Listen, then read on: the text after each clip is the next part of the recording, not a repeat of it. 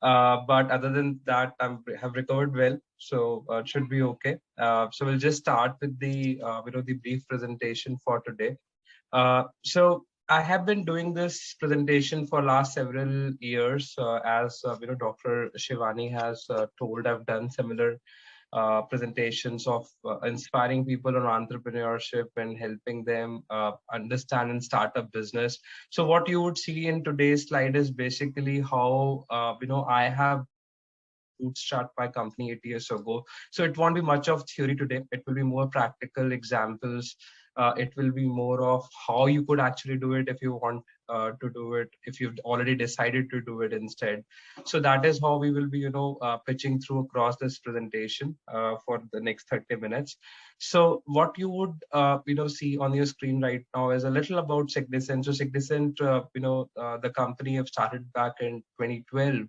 About 8 years ago, and we currently have about 80 full-time experts in the area of technology research, IP research, patents, and market research, and so on. So we can, give consultancy to a lot of companies. And when it comes to entrepreneurship, I think, I mean, you would have read a lot of bookish definitions what entrepreneurs are. So let me, just start very first with a very bookish definition of, an entrepreneur being an inventor and an opportunist who actually, makes it commercial. But in real life, actually, what we've seen is, or what I've realized is, entrepreneur is basically and a person who is actually doing a lot of multitasking at the same time, and that's the simplest ever definition I can provide you. And what you would see here is an entrepreneur is somebody who is actually the founder of the organization. He has to be visionary enough so that he can lead things further. He has to, if required, be a technical guy. He has to do marketing also. He needs to, understand HR also. He need to be an admin person also. If needed, he need to check his balance sheet, so he do becomes accountant also. If there are some legal issues, he need to turn out as a lawyer also. I have designed my own offices, so you need to kind of become an architect also of your own office. So and what has happened is, you would realize that an entrepreneur is basically so many people. He wears so many hats together at the same time, that ideally he needs to learn about everything. And this is where we come to a very fundamental question today. So in nutshell, basically, you are expecting a Superman to work with, and you have a lot of responsibilities then to handle, and you need to wear a lot of hats, as you've suggested. I remember my days when I started off Signicent. We were just the first 2 or 3 employees in our office. We started with a very a small bootstrap setup, wherein it was a very small room, maybe a store size room. And there were just 2 or 3 people in that room when we started off. It took us about 6 to 7 months to get our first client. So there are a lot of such practical challenges. And I remember those days when my office boy, or the person, the maid of the office, was not there to come. So I used to come 30 minutes before everybody used to arrive, and even I used to swipe my own office, so that my employees don't feel like they're working at a dirty office. So the idea is, you need to play that role, and that is where we become and question the very fundamental question. I mean, you would have heard this English saying, which basically says jack of all and master of one kind of thing. That there is always a debate that master of one is better than jack of all. I think with entrepreneurship, that's not true. You have to be master of not one, maybe master of few, but you have to be a jack of all for sure. So that is how entrepreneurship changed the meaning of how you learn. I've seen people in my own office. I've seen people in the last 12, 15 years of my career, that people do not want to learn the other things. They just say, this is not my job role, this is not my cup of tea, this is not what I was hired for in the organization, or this is what not my KPA is. So what I want to suggest here is that you need to start learning all these things, because if you want to go to that entrepreneurship role, trust me, all of these things would, come in handy. So in my model, so what I think is, when we come to entrepreneurship and we talk about idea, so that's the first thing. So today we will be basically talking about in an entrepreneurship journey, three important things. How do you ideate? Once you've ideated, can you, how do you protect it with a suitable form of intellectual property right? Be it requires a patent, be it requires a trademark, or whatever. And then of course you need to industrialize your idea so that you can earn money back. And if you're able to do all three, of a very successful product at the intersection of these three important circles. And that is what we will be actually trying to do. You need to kind of do that. So this is an idea creation and diffusion curve.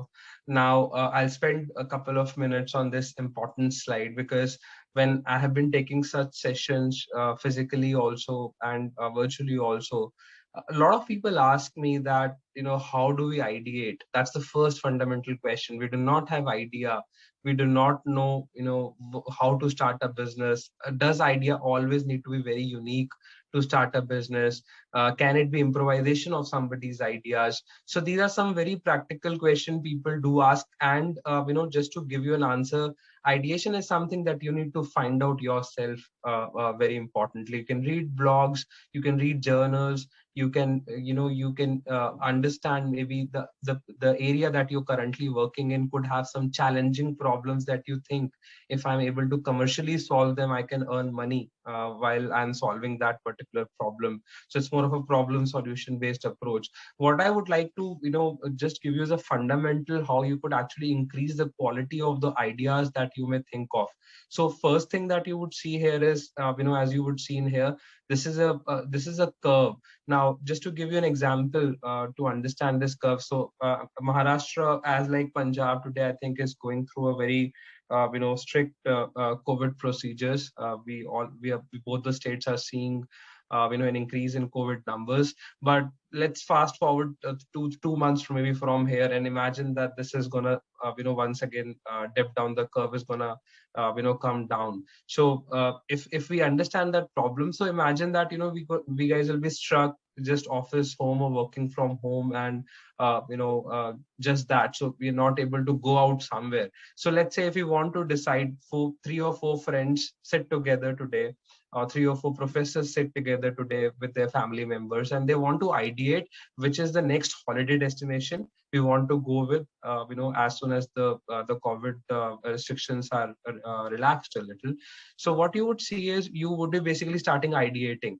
So what will happen is, if you understand your behavior on this curve, the first ideas that will come in a very short time will all be relevant. So say, if you are in Pune, you may say that, okay, I think the nearest is Goa. Everybody loves it. Let's go to Goa.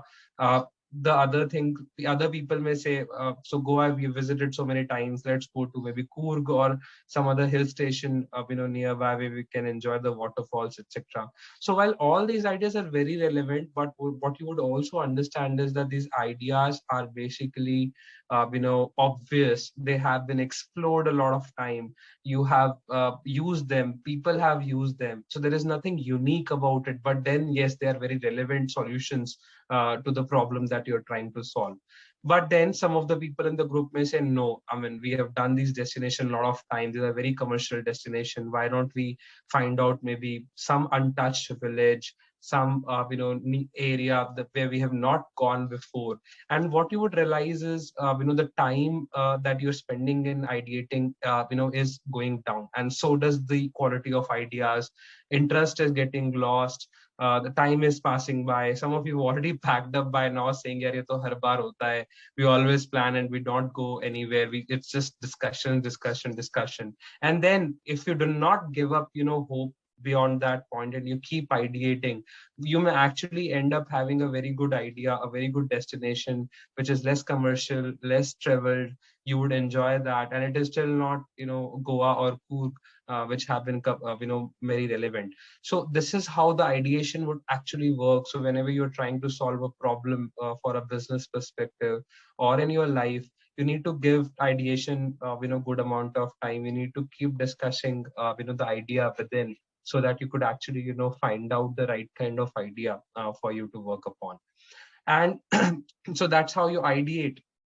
The next is, how does idea diffuse amongst the public? So now imagine that you've actually ideated, you've actually kind of found a good idea to work upon, and it's a new thing. No, not many people in the world have tried that before, and you're actually the one who are doing it before. So this is how the public or your audience or your customers would actually perceive it. It forms a bell-shaped curve, as you would see in here.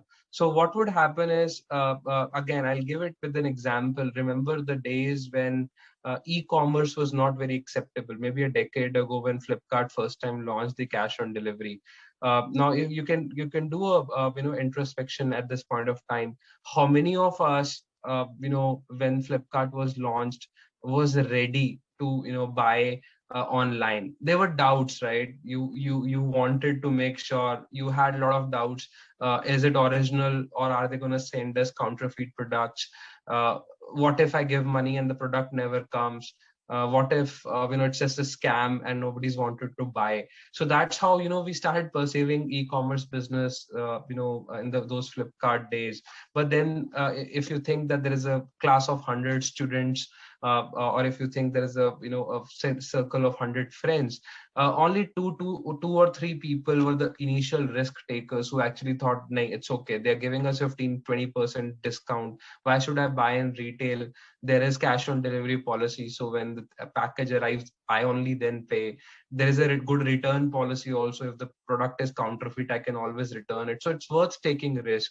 So these are the two or three people who first accepted the e-commerce idea in a section of class, or 2.5-3% of people. These people are innovators. These people are risk takers. They want to do the things by taking all the risks. These are the people who stand in the line when the first Apple phone get launched every year. They want to make sure that they get the first piece of that phone device. So when these people have been captured by any technology or anything, then comes the early adopter, which is basically the next 13.5%. These are the people who sees those 2-3 people and then say, okay, we also want to invest or buy such technology. We also want to get a grab of this kind of technology. Then comes the early majority, which is basically the next 34% of the people. And by now you've covered the 50% of the population of the curve. Early majority is very important for any business. So once you kind of cross this point, which is also sometimes known as crossing the chasm. So when you cross this line, you actually have a successful business in your hand. You're an entrepreneur. You have all the good feelings that you've now covered a good 50% of the population. And then comes the late majority. So these are the people maybe in the class who said, now 50 of my friends have bought. There is no chance I will be kind of cheated now. So let us also start buying it irrespective.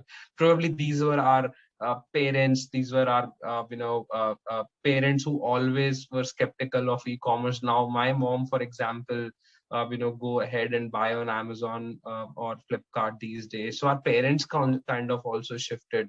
And then come the laggards. Laggards are the guys who will never say. They want to smell the product in the retail while they want to buy it, be it shoe, be it book. They want to smell that product. They want to feel that product in their hands before the guys buy it. And generally, industries do not worry much about the laggards, and every business has such laggards, the people who are always reluctant to buy your idea, and that's okay. So if you would see, each of us today in this presentation are actually a part of this curve. Of course, I'm sure you would have seen which part would you fit in. Were you the one who were the risk takers? Were you the early adopters? Were you the early majority or late majority person? So that's how you need to understand your technology. That's how you do the ideation, and the diffusion of the ideation happen. So once we have done that, so it is very important then to protect it under a right kind of intellectual property right. So let's say if my idea is something of a method, a composition, for a pharmaceutical thing. If it is a drug, if it is a machinery, I would rather go for a patent, because patent is something which I would protect it. If the logo of your company, if you're starting your company and you have a very unique kind of name, so what you could actually see is you could actually protect that under a trademark. You can you have copyrights available where you could actually protect the content. So if some of you are poets, some of you are shire, some of you are writing blogs, some of you are writing software codes, all that comes under copyright protection. And then geographical indication, industrial design. Geographical indication is something given to the place of origin. So it could be, for example, Mysore based tea, it could be mangoes from a certain city or state, and so on and so forth. And industrial designs is basically more or less designs. Industrial designs or patent designs have something or some common interface with patents also. So there are design patents also that you could actually apply in this, in addition to industrial design. So let's do a very quick exercise, and probably the chat window is open. You can just put it in the chat window over there. I'm sure the chat window is open. So let's do a very quick exercise to help us understand. I'm sure you guys may also have an IPR course, which will make it easy for you to do it. So could anybody guess in the chat window what's the first IP protection about? If you could guess the first IP protection, please, and we can take it from there. So could somebody guess what's the first IP protection?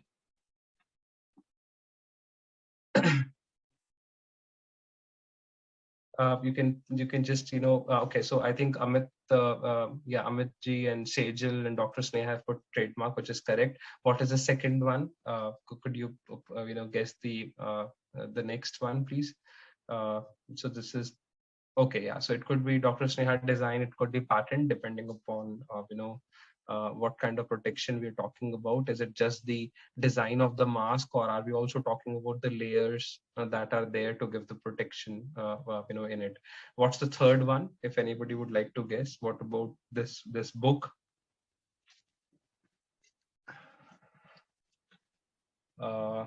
Okay, so Dr. Sneha has been very proactive. Maybe if there are other people also, they would like to guess as well.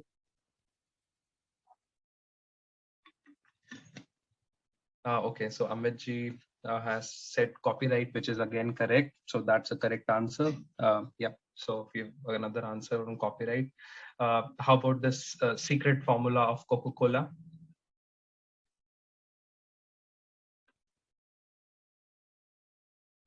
So you can just write the first two alphabets. That should be fine. I mean, you can write the first two alphabets. I mean, I don't want you to spend some time.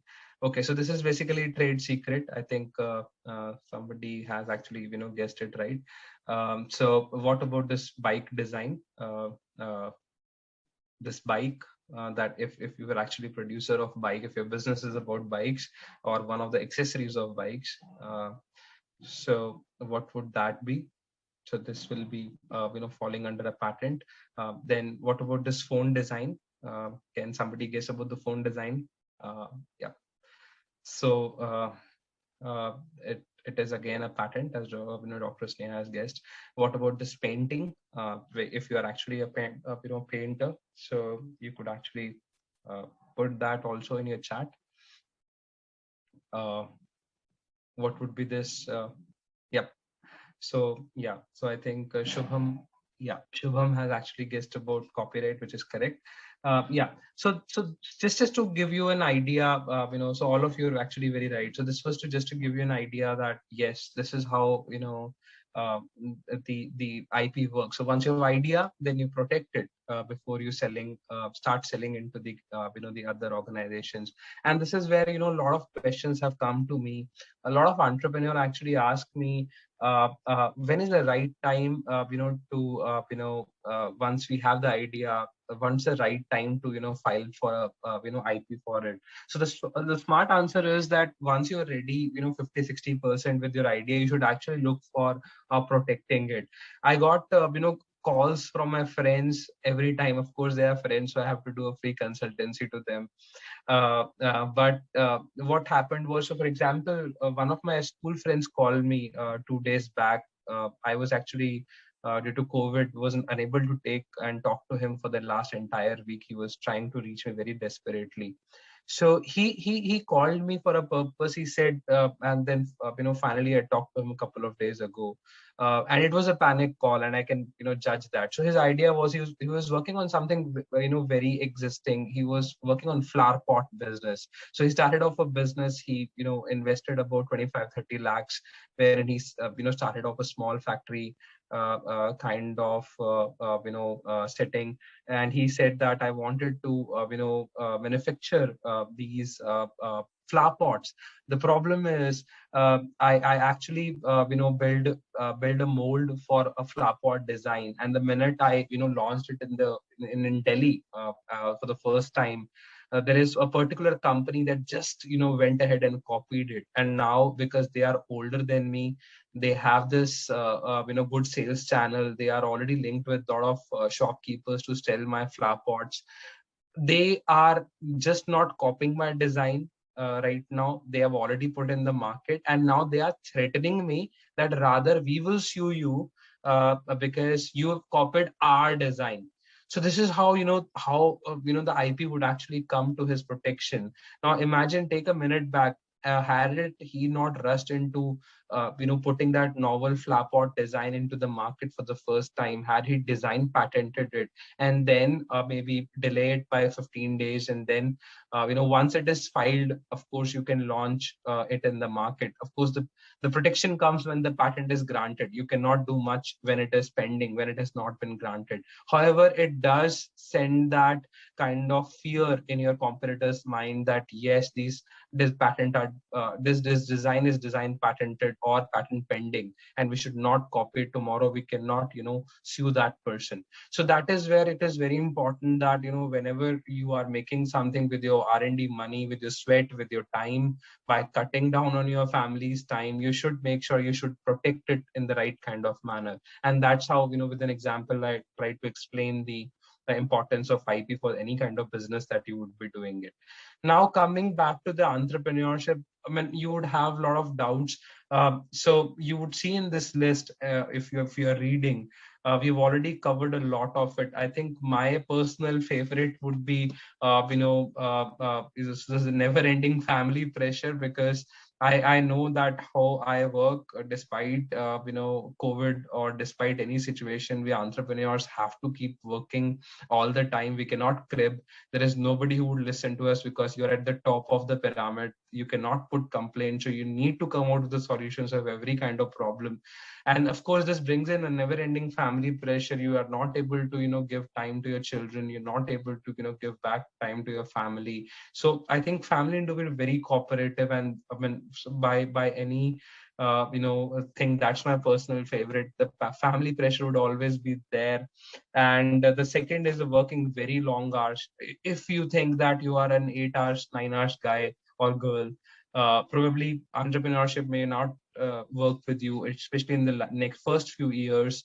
I remember that when I started off my entrepreneurship journey, I used to put in as long as 16, 17 hours a day, to cover up the tasks. So because you do not have team, you do not have money to hire everybody, especially if you're not raised a fund, you're doing a bootstrapped company. Bootstrap company means, putting your own money, or probably your family and friends money, to open a business. And that's what I did. I never borrowed any single penny. I used my own savings to set up for the first time. Things are not that with other companies. So you've seen companies like Byju's, or companies like An Academy. These guys are have insanely high valuation. They take investors' money before even doing any business. So there are two different kind of models. But working long hours, I'm sure I've heard to several stories of senior entrepreneurs also, and they have the same thing to say. You need to be very patient. You need to dedicatedly and religiously work towards whatever your idea is. And having said that, you would be actually doing a lot of mistakes, and which is okay. Sometimes companies or entrepreneurs just keep working on ideas. They forget about filing their income tax returns. They forget about filing their GST returns. I mean, I'll just give you an example. When the GST first time came in, I thought, man, this is another thing. Why should I give my time worrying about GST. This will not bother me. We'll see it later. By right now, my focus should be only to, run my business. And you won't believe I ended up paying about 40-50,000 in fine just because I was ignorant. So again, you can say that, so as was told in my introduction by Dr. Shivani, I just come from an technology background from IIT. I never bothered about accounting, being a CA. But then when it, bite your company 50,000, 40,000 in fine, you have to go back to YouTube. You need to understand how GST works, what is what, and things like that. So, so there will be a lot of errors that everybody would make in the entrepreneurship journey. And sometimes some of these mistakes could actually be avoided if you have a good mentor. So that is where, the senior entrepreneurs come in, and, it could actually save you from a lot of such mistakes and losses. So you can actually find out a mentor to avoid such mistakes. And again, depending upon the businesses that you are in, you may have a lot of different things. Now let us step back and talk in the second part of this presentation. So I'll take maybe 10-15 minutes more, and then we can open to Q&A. So one of the questions that people do ask is, how does government support us? What is the role of startup ecosystem in India? So this slide is very factual. Of course, you can read it yourself. But it is important, and it is, of course, a very important thing that Indian ecosystem is third largest right now in world. And we are, just next to, I think, US and UK, probably, or China could be there above us. So we are a very strong ecosystem in the world. We are, churning out a lot of startups right now. But the problem is, more than 90% of these startups will not survive beyond 5 years. There are mistakes people will do, and these mistakes will be so lethal that 90% of these startups will actually not, see their sixth anniversary of the company. So this is how, the numbers are posed. It is encouraging, and it does come up with an alarm at the same time. Of course, the startups does, offer a lot of jobs these days. I remember when we hired for the first time, I actually was selling my company because there was no employee. I wanted to hire my first employee, and I'm not sure. I think Ravneet would be there on the call with us, who just joined us a few months ago.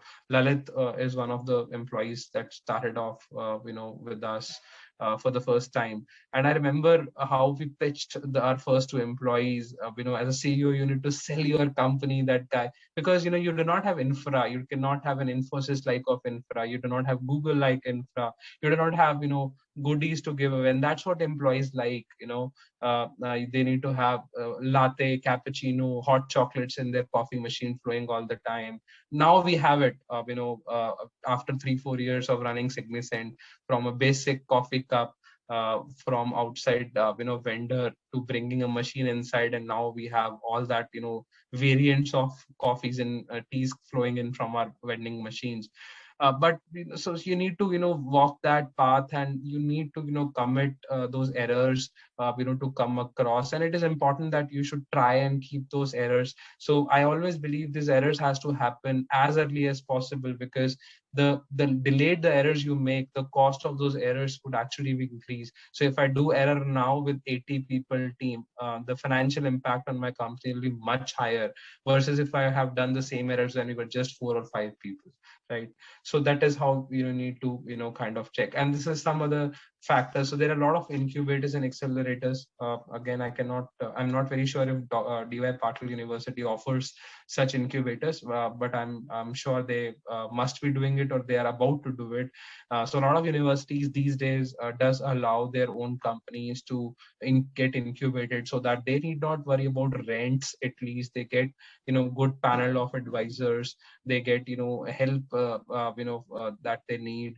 A lot of companies got funded recently. I think there are unicorns. There are 36 plus unicorns right now already in India. Unicorns are basically companies which are $1 billion above in valuation. So there are 35, 36 such companies, and this number would have increased since I made this presentation to even 40 something. So unicorns are there. There are about 155 unicorns. Unicorns are the big companies or startups which have the potential to cross that $1 billion mark in valuation soon. So I mean, of course, we always say that China is our foe, but whatever it is, Chinese companies have invested about $8 billion in Indian unicorn companies, and our startups have actually taken it, and government have seen this happen. So, so business is business at the end, and politics is politics, and probably we should not mix it. Some of the other things that women entrepreneurs in India, I mean, we rank very poorly. So we rank 52 out of 57 in the terms of women entrepreneurs being in India, but I'm sure that is changing. And in fact, it is even better if women entrepreneurs can, come in picture. So next slide is, if I have to start up today, of course, you guys are from pharma, so I understand that. But I have seen a lot of people who have pivoted. Pivoted means, you shift your domains from one to another, and this could be based on passion. This could be based on the profits that you may be seeing in.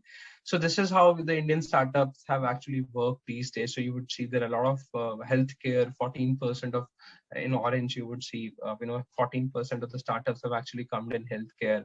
Fintech companies have actually seen a jump. EdTech companies booming right now. You see a lot of ads of Byju's and An Academy and Vedantu these days. So these companies are booming. They're digitalizing. Akash was bought, for example, in Byju. This is much in news these days.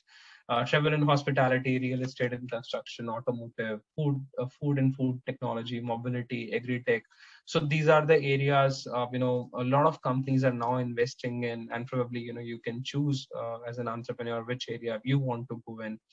And so sectors of growth, as I said, high growth, which has huge CAGR value, or how high growth rate values are there. These are about medium growth CAGR. So just to help you decide, if you're still deciding which area I want to go in, and I'm open to learn anything. So mobility, with electric vehicles coming in the next few years, mobility is going up a lot. The next question that I would like to address, and then we can, of course, in the next 4-5 minutes, open it for Q&A. So how do we raise that fund, right? I mean, this is the fundamental question. We have stupendous ideas. We have so much, to offer. We are very hardworking. We know that we are the best in the league, and so on, but we do not have money. That's another question that people ask me a lot of time, and this is how the sourcing of funds would start. Like, believe it or not, about 40% of people, and I fall in this 40%, still start a service company. Especially service companies are low investment companies. You can start, I mean, you cannot open a pharma company with 5 or 10 lakhs in hand. Of course, for that you need a lot of money. But a simple service company, an app-based business, an aggregator business, or some of these smaller or simplified businesses can be opened with as less as 10-15 lakhs in hand, or 10 lakhs in hand, and that kind of money could actually be borrowed from friends and families. I mean, a lot of time, people are,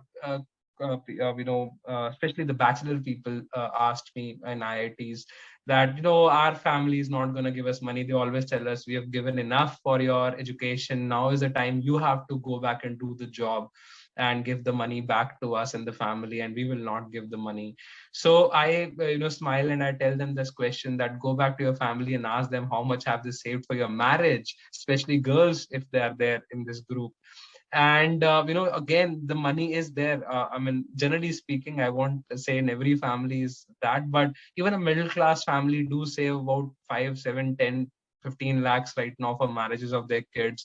It is hidden somewhere in their PF accounts. It is hidden somewhere, in their FDs or whatever. But the money is there. The problem is they will rather spend it on marriages in India, but they will not, spend it on, your business ideas. So, and that also brings a very fundamental question. If our parents who have raised us does not believe in our idea, how come an angel investor company or a venture capitalist company, they are not our parents, they're not our siblings, would believe on our idea and lend us the money? So that is where, you need to kind of understand and do the pitching. And I always believe, each of us has a businessman in it. We have requested our parents to buy us that first iPhone. We have requested to, buy that or pay for a little EMI in the first down payment of our cars and our houses. So we do have made sales pitch to our family, and some of us have actually won that sales pitch. Maybe next time you do want to say make a sales pitch, ask your family if you can, cut out 50% of the budget of your marriage if you're not married somehow till now, and actually give it that money for opening a business. But then there are other ideas. You could actually go for angel investors. You could go for venture capitalists. You could go for, banks like SIDBI and NABARD and so on and so forth. And good luck if they, if you can actually raise the money from these guys. If your idea is so good, I mean, these days Indian investment area is actually opening up a lot, and you could actually, raise the money. And COVID actually has impacted, the startups, and this is some of the sad news or sad slide, you could say. So 40% of Indian startups actually halted their operation in the last 1 year. As a company, as Signicent, we saw a lot of pressure last year, but we changed the strategies, we changed our sales, we were able to, make a comeback very quickly. But a lot of startups were not able to see through startups, and they got halted forever, which is a sad news. And that's, the fun of being an entrepreneur also. You cannot crave about it. You need to find a solution to the problem that you're in, and you cannot say it is COVID. You have to come out with a way to save your people, to save your employees from that job cut. And I'm also proud to say that Signicent, for example, with every each of our team members, very good contribution, dedicated contribution, have not even deducted a single penny in the last COVID operation. Rather, we gave proper appraisals this year with industry standards. There was no salary cuts, no job cuts. Proper appraisals got paid. But yes, not many companies were able to sustain it because they have to foresee, they have to, kind of see that as an example. So this is how, the economy will be. Now, just the last slide, and then we'll open up the questions. So what are the first steps? Because I promise this deck will not be just theory or dreams. This will be actually giving you the first steps. So imagine that you actually have an idea, you want to start a business. So this, you can actually take a snapshot of this website, slide if you want to. Start by checking the name of your company. So name of the company. So for example, I came up with the word Signicent. I mean, a lot of people do kind of fumble saying the word Signicent. They often ended up saying significant, and actually that's from where the word Signicent got derived. And Signicent, we just dropped a couple of alphabets on the word significant. Now, the reason is the name need to be unique, because you need to understand, while you always would like to have a name which is easy to understand, but then the domain name on the website may not be available, the Facebook handles may not be available, the Twitter handle will not be available. So I would suggest that whenever you are taking a company name into consideration, just do not think I can get this registered with government. Rather, do a check on Facebook, Insta, Twitter, www or .com availability. So do not compromise for a .in or .info. Always the first priority should be to have a .com with you. And once every name, every place I am suggesting you to check is, you would see you're running out of option. Everybody would like to name their business as, say, Max Research. I mean, Max is such an easy word to remember, but you will not land on the first 2-3 page of Google after years or years of your SEOs ever. So your name has to be unique, so that Google, when somebody search it, you get, on the Google page ranking very fast. So you need to, find that unique name. So for unique name, you can, find out a word. You can play with a word, and just as I said, for Signicent, we dropped a couple of alphabets from word significant. You could actually club in, two names together. Big basket, like big and basket, they combine two names. Flip and cart, they combine couple of alphabets together. So you can actually, look for a combination way. You could actually look for finding a simplified or make your own English word like we did. Signicent is not an English word. We made it. So you could, that's how you name your company. Once your company is named, go for, emails, buy emails from the server providers. I'll give you the name so you can check your domain in godaddy.com or equivalent.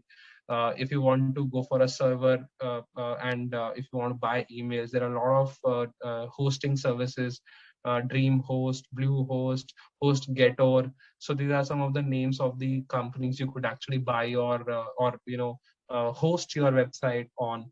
I would rather suggest, if you're not an expert in this, go to YouTube, listen a couple of sessions, you'll get a good idea.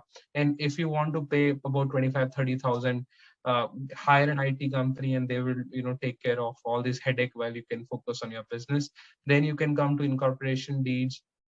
You can register your company as an LLP, private limited. You can run it as a sole proprietor.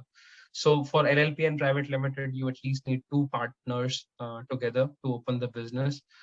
In fact, for LLP, private limited, and partnership, so all these three require more than one person to open the company. Sole proprietor, as the word suggests, could be a single business, but I would suggest to have either a private limited or an LLP. We are an LLP and it has worked well for us in the last 8 years. So either of those two is the recommendation.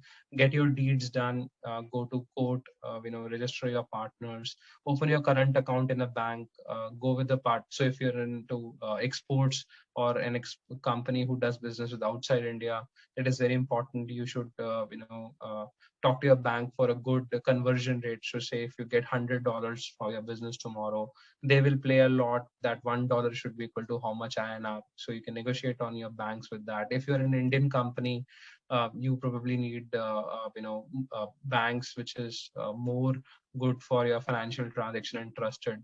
Get your PAN number, TAN number, and GST numbers after that. Issue or apply for a digital signature. That would be there. And digital signature is not signing on a Word file with a smart pen. No, digital signature is a crypto protected token. So you have a pen drive where you get a secured code, a software code which is issued on your name for a year or a 2 or a year or 3. And that token or a USB pen drive need to be inserted every time you sign. So that is digital signature. I've heard a lot of people say digital signature is signing on a Word file with a smart pen, or so that's not a digital signature. And register your company on MSME. Then after once your all the background work is done, go ahead, protect your IP. And then this is from my first year balance sheet, and I'm okay sharing it with all of you if actually want to run a business. So this is how I planned my budget when I opened Signicent. We kept about 20,000 for website and emails. We kept about 10,000 for hosting. I paid a CA or a company secretary CS about 25,000 for getting my incorporation work done. We imagined that we will hire 2 interns and we will pay them an internship about 7,500 for a year. So you need to segregate out about 1,80,000 for the year for having 2 interns. And good luck these days. Interns do not want to work for 1 year at 8,000. You will never get it. You need to pitch it, and that is why it is very important that you should pitch your idea to your first employees very nicely. Then you would, even if you hire at 25,000 per month, 3 employees, that will be about 9 lakhs in salary for an year. Stationery work, you need to print your letterheads, visiting cards, or whatever, brochures and all. IP budget, fuel bills if your work required traveling. So this all sums to be about 13 lakhs 20,000 for 1 year, and these are non-avoidable costs. So you would say I've written NA in it. NA means non-avoidable and A is avoidable. So this is the kind of budget at least you should have for 1 year, because you may not get something in return for the first 6 months if your clients are not something. So you may not take or you not get money from the very first day. And again, it is very subjective to your business. You may actually get in the first month, but it is always good to prepare for at least first 6 months that you will not get any revenue. And these are avoidable costs. I mean, we bought it, chairs, tables, providing internet, giving the rent of the space where you are sitting in, office modifications, buying camera, buying a biometrics machine for attendances, buying laptops for your employees. This is unavoidable. I'm sorry I put a coffee machine in the avoidables. I've realized it now. Coffee is something that lets your office work, so this is not avoidable. Water coolers, housekeeping. I mean, so you can see this list. So these are all probably something that incubation centers right now are giving at a very nominal cost. So go to incubation center and take your first seat for about 5,000 and avoid this. But imagine that if you want to do the way we did, so you would see about 13 lakhs is non-avoidable. About 9 lakhs is avoidable depending upon where you are positioned. And then I always keep a buffer about 4-5 lakhs just for something that I have missed. So this amounts to about approximately first year expense of a typical IT company, of a typical consultancy company like Signicent, to about 27-28 lakhs. And you would say, again, this is a lot of money, from where we should get it. So which is okay. Even if you have a half of it, 10 lakhs of it, is okay to start. And then, you make sure that you get your first clients very fast, so that, the next bills can be paid from your client's revenue. So with that in mind, I would probably, end it up here. And, we can spend the next about 8-10 minutes in the Q&A. And yeah, thank you for that, for listening to me very patiently. So over to you guys. Yeah. Thank you, sir. Thank you very much for this wonderful talk. It was really a learning experience for all of us, that how to new startup and entrepreneurship can be built up. And from this talk, we learn really various hidden things which can actually get from only experience and not from the books. Thank you, sir. Sir, we have some questions from students only. And most of the participants are students from the pharmacy backgrounds. They are from diploma pharmacy, PharmD, and Bachelor of Pharmacy. So in their this 2-year to 4-year graduation diploma and graduation course, we are conducting various activities so that their mindset can be developed and their orientation can be developed toward the startup and innovation. So for them, I would like to know from your side that how the students can start thinking about ideation, and so that in their early year, if they start thinking in a right way, they can build their ideas in their future years. Right, sir. So I think ideation could start. There is no age barrier. I would say, for example, I do mentoring of in my city, Chandigarh. So I have been running a program with TIE Chandigarh, wherein we kind of mentor class 9th to 8th to 12th class students in schools also for opening businesses. So you are actually ahead of them. You've actually entered into your diploma or your graduation. So it's already late by that standard. So go ahead, start your business. And it is good that you're still studying. So even if your idea fails, you could always say, I was studying and I was trying to run a business, which is actually very good experience when it comes to hiring also, if you actually wanted to, start a business later on. How to find a first idea, I think I've already covered that, that you need to find out a problem that you think is commercially viable, and then find a solution towards it. And there could be solutions which you think are not very matured initially, which is okay. You need to kind of refine that with your hard work and sweat and time, and you can refine those solutions towards it. But yeah, I mean, it's not difficult. You would be able to get into something very good if you start working today. Right, sir. Now there are many questions are coming in chat box, so I would like to read that.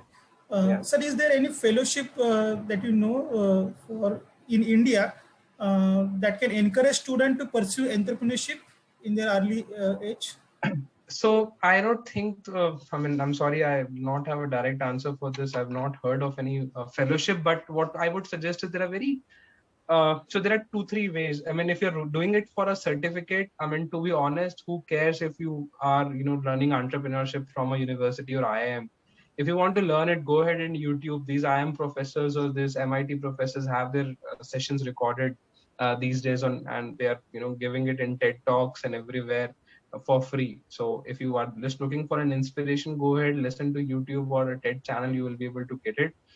If you want still a certificate, go for an academy, Coursera kind of universities. I think they have the foreign professors on boarded, and you just need to pay 4, 5, 7,000 for this, which is very reasonable if you want to learn from a professor in a more formal program. And you go ahead and Coursera or an academy, or just do a certificate course just to clear your basics and things like that. Even if there are no free things available, I think for entrepreneurship you should spend 5, 7,000 for your own learning. Right, right. Thank you, sir. So Mr. Abhishek was asked this question. So I would like to inform Mr. Abhishek there is a BIRAC big grant. The BIRAC grants are mainly focused for the innovations related projects. So you can go for that grants. So now another question is that as per your experience as CEO, how do you drive innovation? Driving innovation is actually one of the toughest tasks as CEO that you need to do, because there are 8, 9 hours in a day where you have to work. Then this time will be divided into projects where your clients want to pay you for, and you would like to spend a lot of time of your team working on those paid projects that you're getting from your clients, or whatever, something that is commercially viable. While innovation is an investment for future, where you want to improvise the product that you're delivering, improvise the service that you're delivering. So we in Signicent, what we do is we have a dedicated team of 3, 4 people who at least spends few hours a day, if not day, few hours a week, for innovating, looking for solutions that our competitors are doing, studying, and doing a very good competitive intelligence, ideating it, coming up with an ideas. We have forms and portals where every employee could actually just, it's a simple Google form. If they want, if they do not have time right now, they at least kind of make a journal entry on that form that, okay, whenever we have time, we want to work on this particular problem. So we gather such problems with the help of this Google form every time. And personally, what I do is I keep this pen tab with me. So what I do is, the minute I get an idea, I have a common folder on my laptop, my tablet, my phone, and I just write down an idea. And this idea could come while sleeping at 12 at midnight, just the minute I wake up, maybe in my dreams. So I get ideas, so I make sure I write it then and there. So even if I'm not prioritizing to work on those ideas right now, but at least it is documented on your journal somewhere, so that you can work upon it at a later stage. So that's how we innovate on day-to-day basis. Right, sir. Right. You rightly said that every idea is precious. Yeah. So another interesting question is that which should be the first choice? Is that is your own field, or something of what is booming or mushrooming like age tech? So it again depends totally on you. What should be your choice? Of course, if you do it in your own field, it is always good because you've done education, you understand the terminology better. But I've seen people. Last 2 weeks ago, I met a doctor who started a very good edtech company, which got acquired by an academy for about 500 crores. Now, a doctor running an education company and earning in 3-4 years 500 crores is a very good success story. And we asked him how a doctor, I mean, doctors are very lovable to their fields. An MBBS doctor will never go to an IT kind of business ever. But he said this came in because when I was doing a preparation of my competitive exams in doctors, I found there is no good solution, and I created the solution myself in the preparation of the exams for doctors. And that's how I started. But then I diversified into engineering and everybody, because I hired engineers then who would work for me, and now I have a team of 400 people. So there are stories, listen to these stories. So it all depends where you want to go. Personally, there is no answer, but if you want to take a low risk, start in your own field. So that is what I would suggest. Right, sir. So another question is that how do we approach for a mentor in the selected domain? So what is your How do opinion? you So approach a mentor? Okay, so I think the first thing that you need to do is go to LinkedIn, make an account if you don't have it.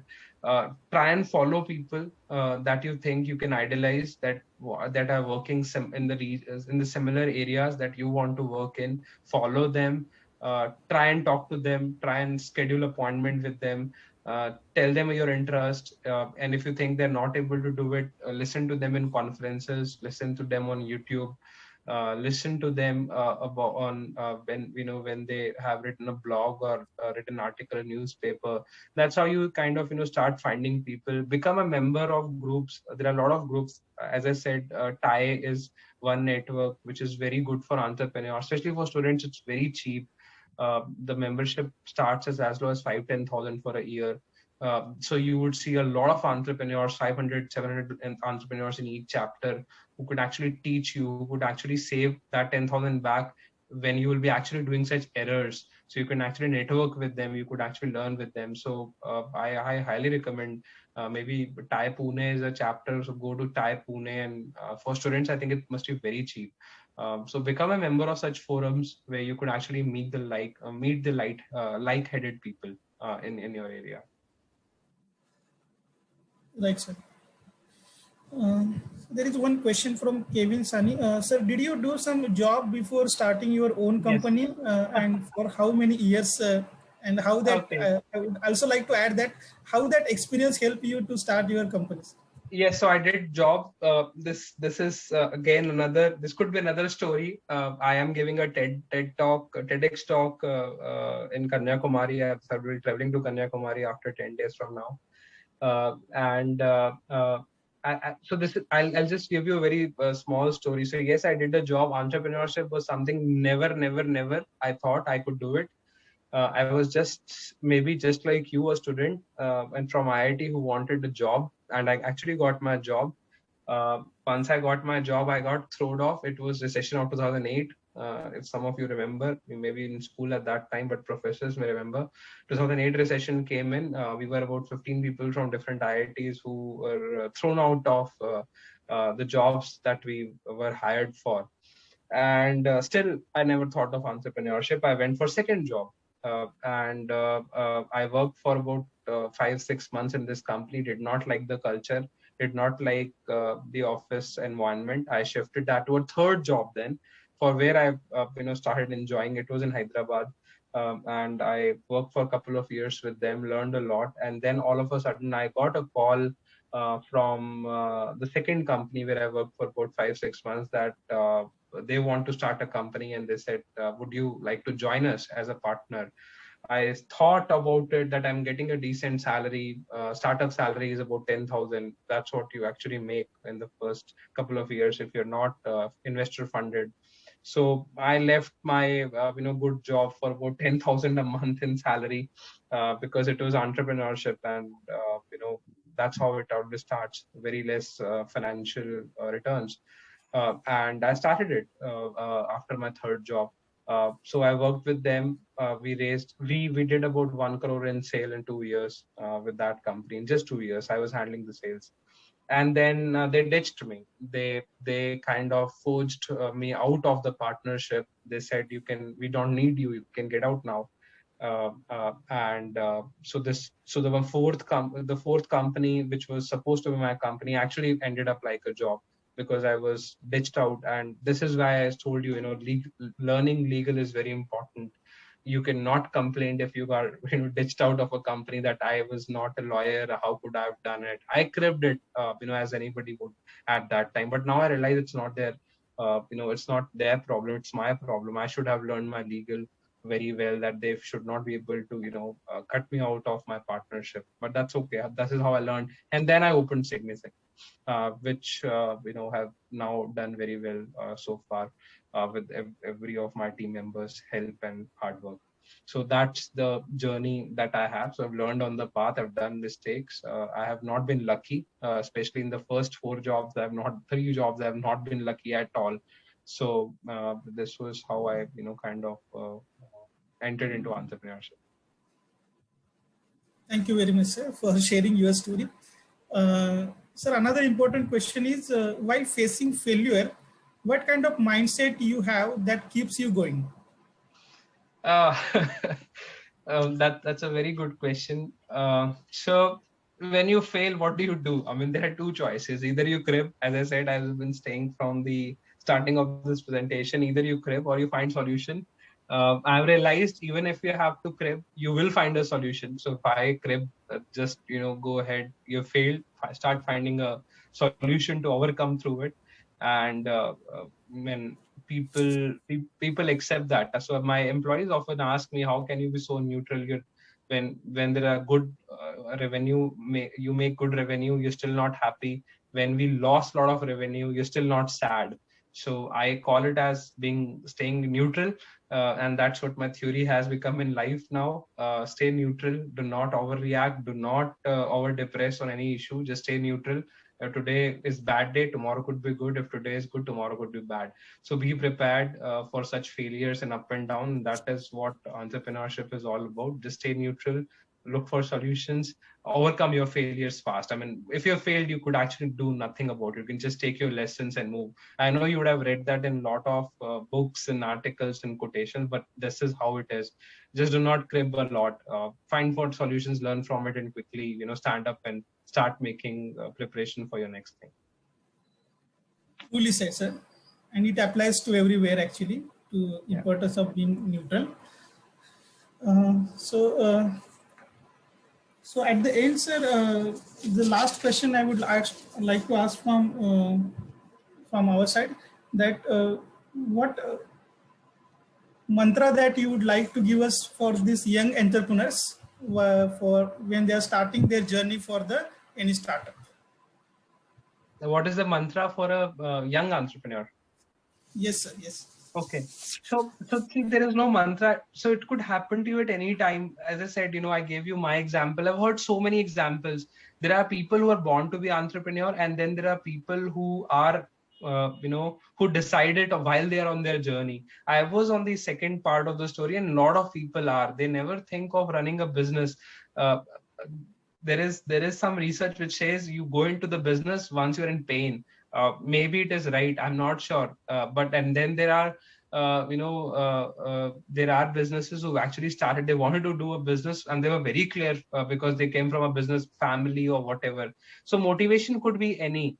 You could be from a business family, you could not be from a business family, you're a job person and you're a CEO one, or your boss one day rebuked you and you decided, okay, enough is enough, I want to open my own business. You got thrown out like I did, and then you opened your business. There could be any reason triggering you to that entrepreneurship, and which is okay. The mantra is, once you decided, once you are on that side of table that yes, I want to do it, just dedicate at least the first 2-3 years very religiously into it, very very dedicatedly into it. It is not gonna come that aaj aap soch rahe ho ki I want to become an entrepreneur and tomorrow your mood change. You said no, after a month I want to do a job. Month mein kuch nahi hone wala. So I'm telling you this again and again. You need to commit out, dedicate out 2-3 years from your life to this journey.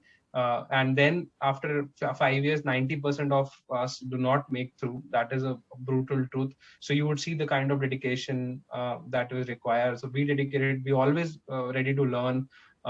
Sit on YouTube, learn for as long as you want to, and wherever you think is your weakness, start acquiring that. Do not much worry about your sleeps for those 2-3 hours, 2-3 years. Just focus on your work, get to and deliver your clients first client very well. So these are small things that you need to adjust in your lifestyle if you start off this entrepreneurship journey.